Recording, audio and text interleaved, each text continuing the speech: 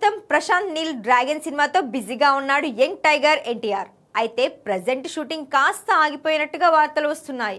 ఇప్పటి వరకు వచ్చిన అవుట్పుట్ ఎన్టీఆర్ కు నచ్చలేదని, కథలో కూడా మార్పులు చేయిస్తున్నట్టుగా రూమర్స్ వస్తున్నాయి. అంతేకాదు ఏకంగా ఈ ప్రాజెక్ట్ ఆగిపోయినట్టుగా కూడా చెబుతున్నారు. కానీ అలాంటిదేమీ లేదని తెలిసింది. అతి త్వరలోనే ఈ సినిమా షూటింగ్ మొదలు కానుంది.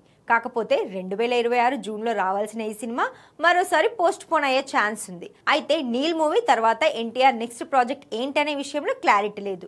ఎన్టీఆర్ చెప్పిన దాని ప్రకారం దేవరా 2 సెట్స్ పైకి వెళ్లాల్సి ఉంది.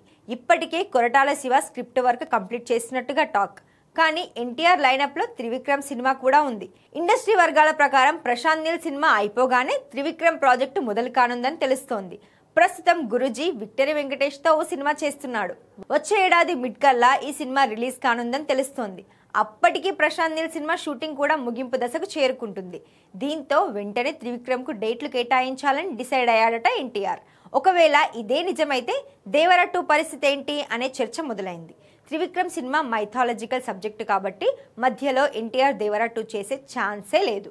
కాబట్టి ఎన్టీఆర్ నెక్స్ట్ ప్రాజెక్ట్ ఏంటి అనే విషయంలో క్లారిటీ రావాలంటే అధికారిక ప్రకటన వచ్చే వరకు వెయిట్ చేయాల్సిందే.